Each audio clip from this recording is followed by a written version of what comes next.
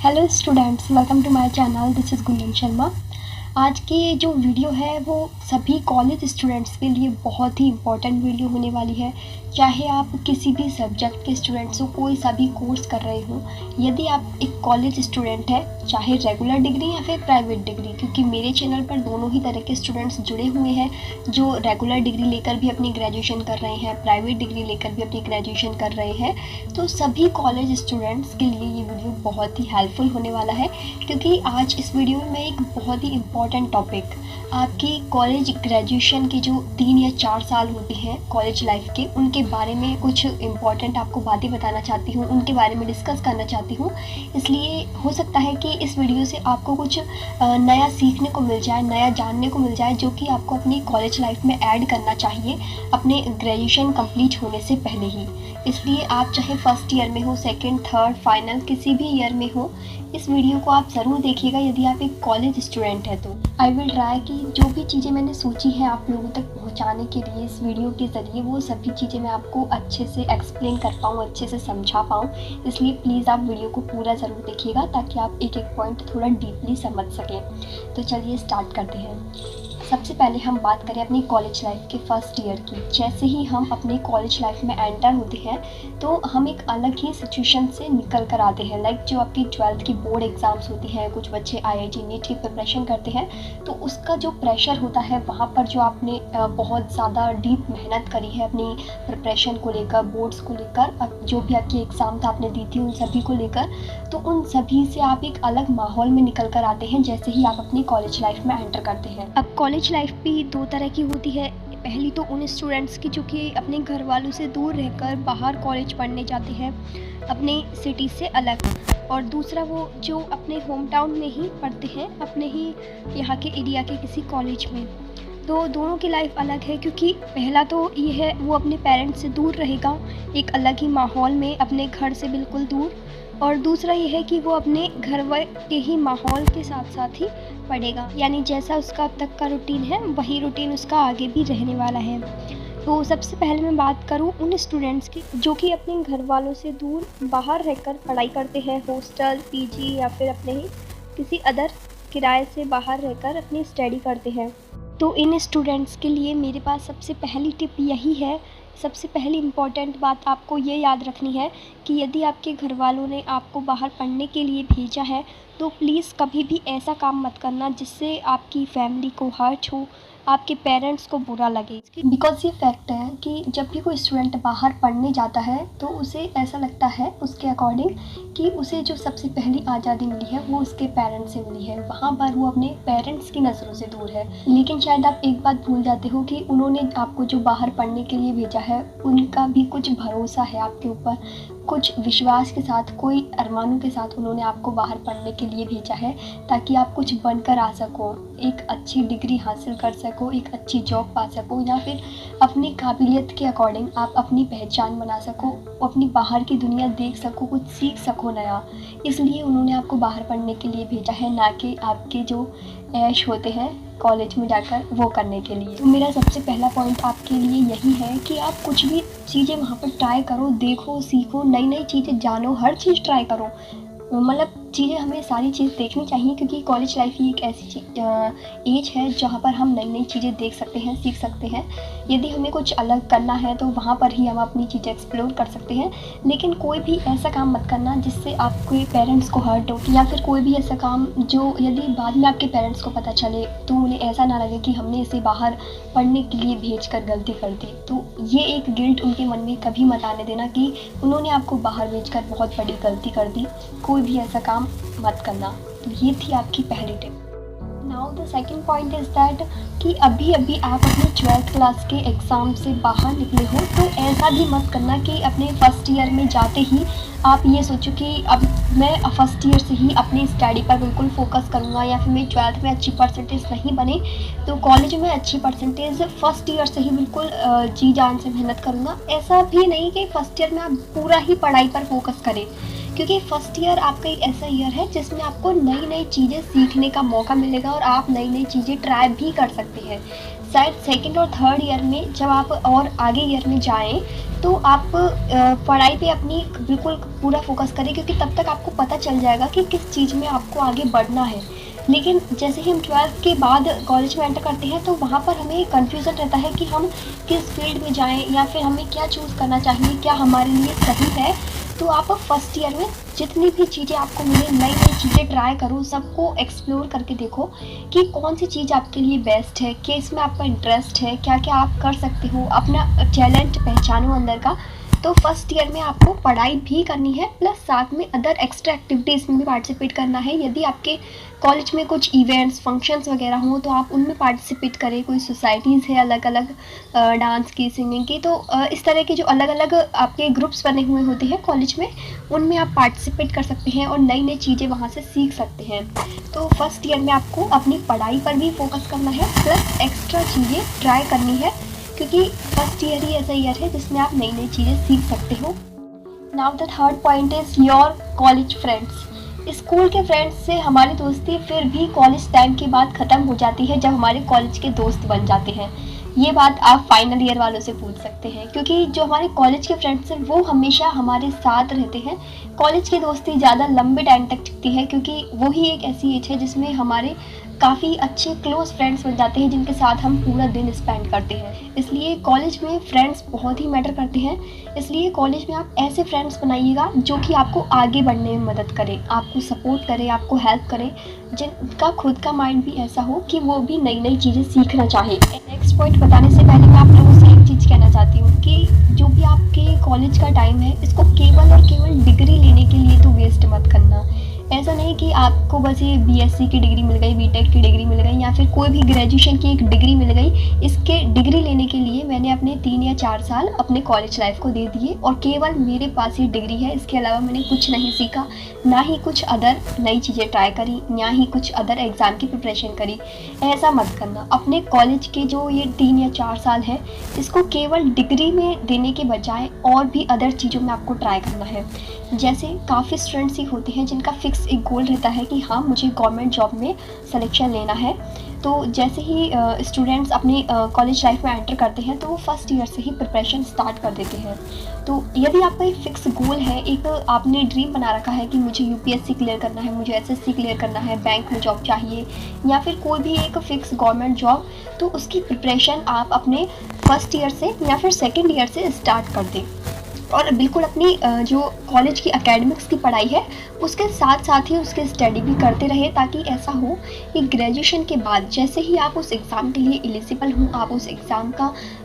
Form भरें और आप वो एग्ज़ाम दें तो आपका उसमें सिलेक्शन हो जाए। और काफ़ी स्टूडेंट्स ऐसे होते हैं जो ग्रेजुएशन करने के बाद एग्ज़ाम की प्रिपरेशन स्टार्ट करते हैं, तो एटलीस्ट उनसे तो आप आगे ही रहोगे, क्योंकि आपने अपनी एग्ज़ाम की प्रिपरेशन पहले ही अपनी कॉलेज की पढ़ाई के साथ साथ स्टार्ट कर दी थी। तो आपका जो एग्ज़ाम के लिए जो प्रिपरेशन होता है वो उनसे ज़्यादा होगा, यानी आपके चांसेस ज़्यादा होंगे सिलेक्शन के, क्योंकि आपको बस थोड़ा सा एक बार और उन चीज़ों को टाइम देना है जो कि आपने प्रिपेयर करा था। इसी तरह काफ़ी स्टूडेंट्स के माइंड में ये होता है कि हमें अब अच्छा कॉलेज नहीं मिला तो हम आगे जैसे बीएससी जो चूज़ करते हैं वो सोचते हैं कि हमें आगे एमएससी में अच्छा कॉलेज मिल जाए, तो वो एमएससी की एंट्रेंस एग्ज़ाम के लिए प्रिपेयर करते हैं। अब जिनके पास बीएससी है और बीएससी में आपने जो भी सब्जेक्ट चूज़ करा है वही आपका एमएससी में पूछा जाएगा, जिस भी सब्जेक्ट से आपको एमएससी करनी है,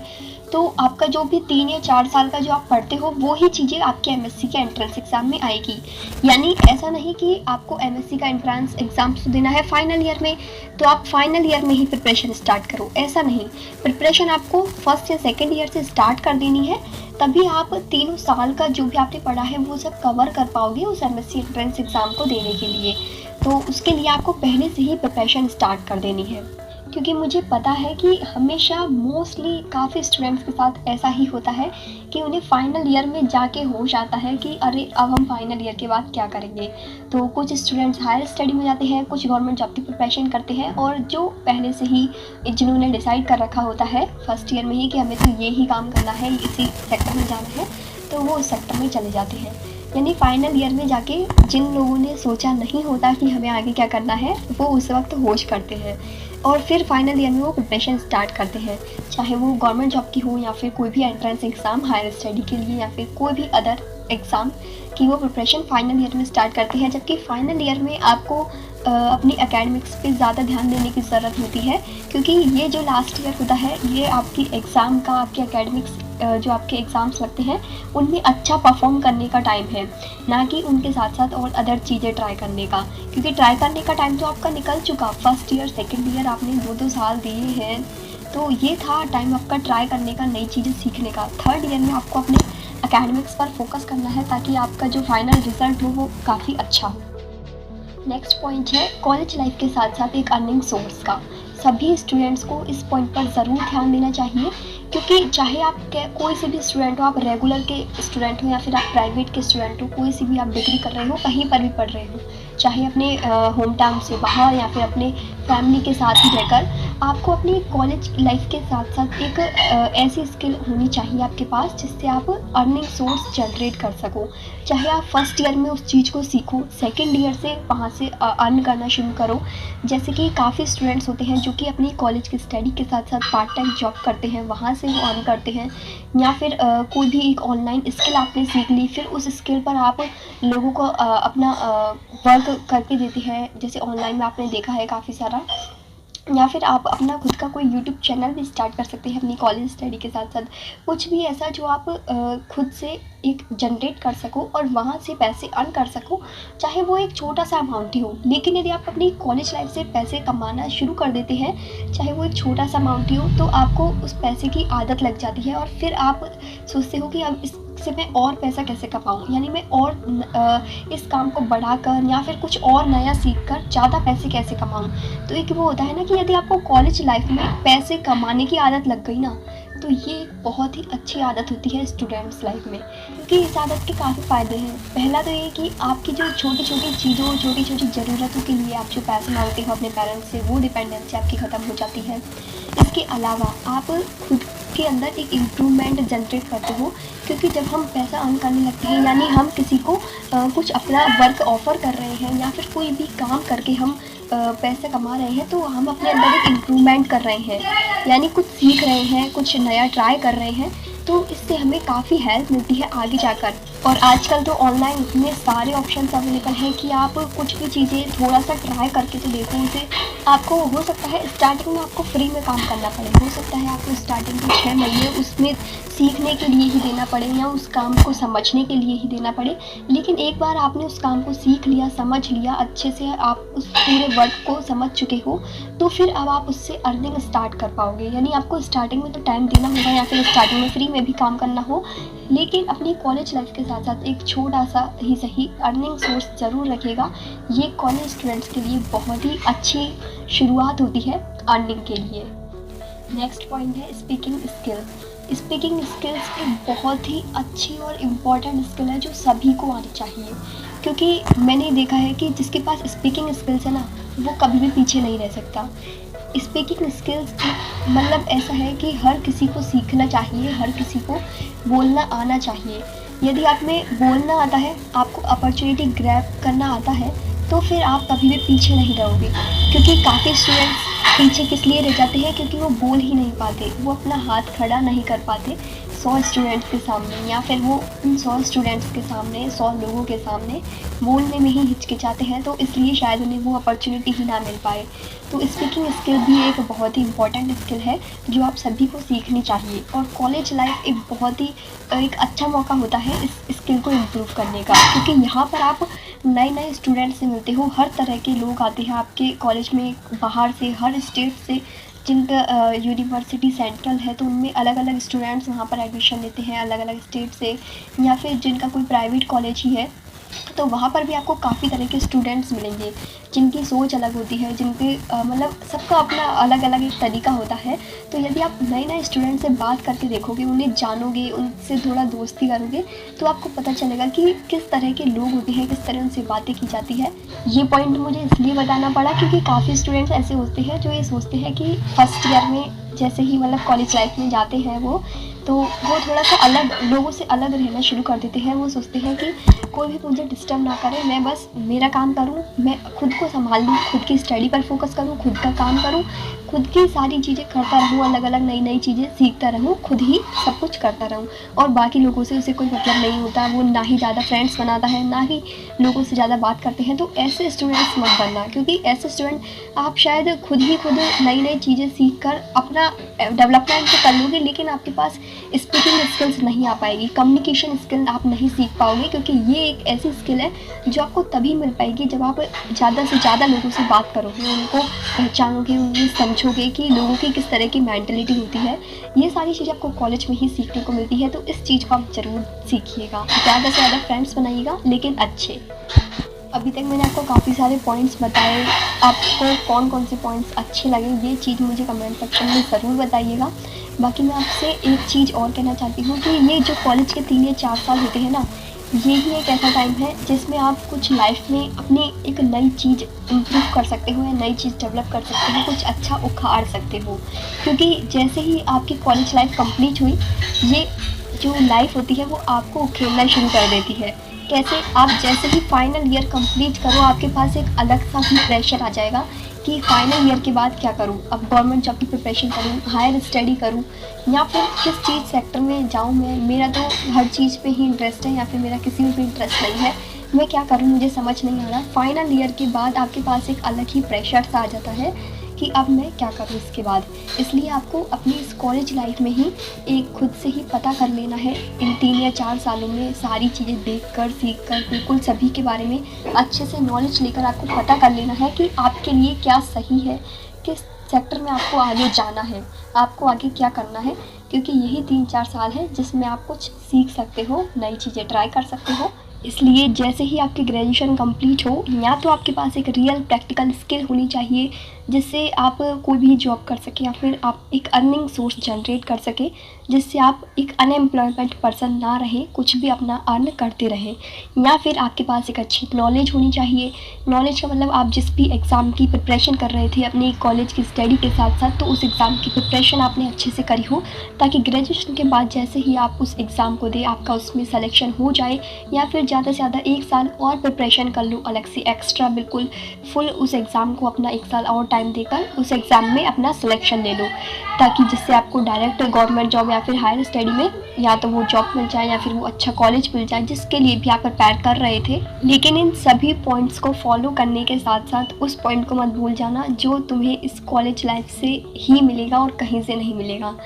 क्योंकि एक इन्जॉयमेंट वाली जो लाइफ होती है वो सिर्फ हम कॉलेज लाइफ में ही जी सकते हैं। इसलिए हमें ये सारी चीज़ें भी फॉलो करनी है, लेकिन अपने इन्जॉयमेंट के साथ। हमें अपनी पढ़ाई पर भी टाइम देना है, हमें एक अर्निंग सोर्स भी जनरेट करना है, अपने करियर के बारे में भी सोचना है, और हमें ये सभी चीज़ें करनी है अपने इन्जॉयमेंट के साथ। क्योंकि कॉलेज लाइफ में जो इन्जॉयमेंट आपको मिलेगा वो शायद उसके बाद नहीं मिले। इसलिए आपको ये सारी चीज़ें हंसते खेलते ही सीखनी है, सभी चीज़ें देखनी है, सभी चीज़ें सीखनी है, नए दोस्ती बनानी है, सारी चीज़ें ट्राई करनी है।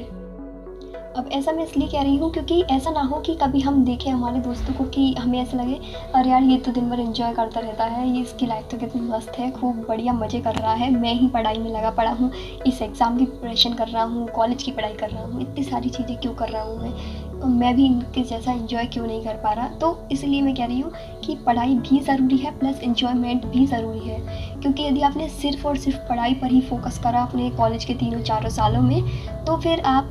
वो जो इन्जॉयमेंट वाली दुनिया है, जो कॉलेज लाइफ होती है, वो आप जी नहीं पाओगे और वो आप मिस कर दोगे। जबकि वो आपको सिर्फ़ और सिर्फ इस ग्रेजुएशन के 3 या 4 साल में ही मिलेगी, वो वाली लाइफ बाद में नहीं मिलने वाली। बाद में आपके पास और भी ज़्यादा प्रेशर होगा आपके करियर को लेकर, आपके एम्प्लॉयमेंट को लेकर, आप क्या जॉब करते हैं, क्या काम करते हैं, आपके आगे की लाइफ से related. So focus on each and every point that I tell you in this video, and tell me in the comment section which point is your favorite, and don't forget to maintain a balance between all these points and your enjoyment in college life. Bye bye, take care, have a good day.